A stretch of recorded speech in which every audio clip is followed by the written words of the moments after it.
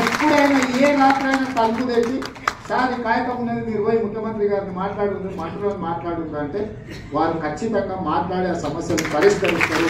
తొందరలోనే గవర్నర్ గారితో మాట్లాడి కేసీఆర్ అడ్డం పడ్డ ఒకవేళ ఆయన ఆత్మాహుతి చేసుకుంటారు సార్ మాత్రం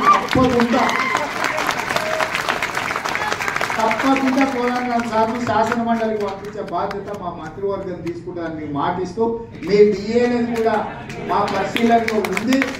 ఖచ్చితంగా మీ డిఏకి సంబంధించి అదే పిఆర్సి మీ ట్రాన్స్ఫర్స్ 317 జీవో ఇట్లాంటి చాలా విషయాలు ఉన్నాయి.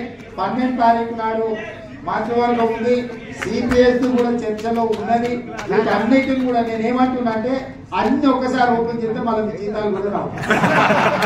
అది ఏంటంటే ఒక్కొక్కటి ఖచ్చితంగా ప్రయారిటైజ్ చేసుకొని మీకు ఏం చేయగలుగుతామో తప్పకుండా ఓపెన్ మైండ్తో చేస్తాము.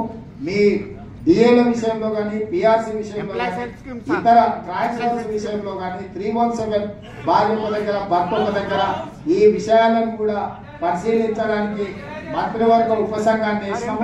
మళ్ళీ మిమ్మల్ని తీసుకొని తప్పకుండా ఈ సమస్యలను అన్నింటినీ కూడా పరిష్కరిస్తామని తెలియజేస్తూ ఏదున్నా మీరు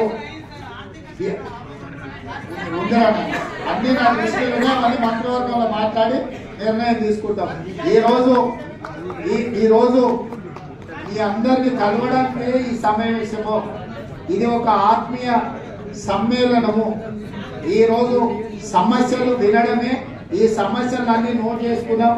అక్కడ నరేందర్ రెడ్డి గారి దగ్గర మొత్తం మీరు ఇచ్చిన వినతి పత్రాలు ఉన్నాయి. అదేవిధంగా మా అధికారులు కూడా నోట్ చేసుకున్నారు. వీటన్నిటిని ఒక్కొక్కదాని తర్వాత ఒక్కొక్కటి వీటన్నిటిని పరిష్కరించే బాధ్యత మా ప్రభుత్వం తీసుకుంటుంది. మిమ్మల్ని సంప్రదించి మీతో మాట్లాడి నిర్ణయాలు తీసుకుంటామని తెలియజేస్తూ మీ అందరి దగ్గర సెలవు తీసుకుంటున్నాం.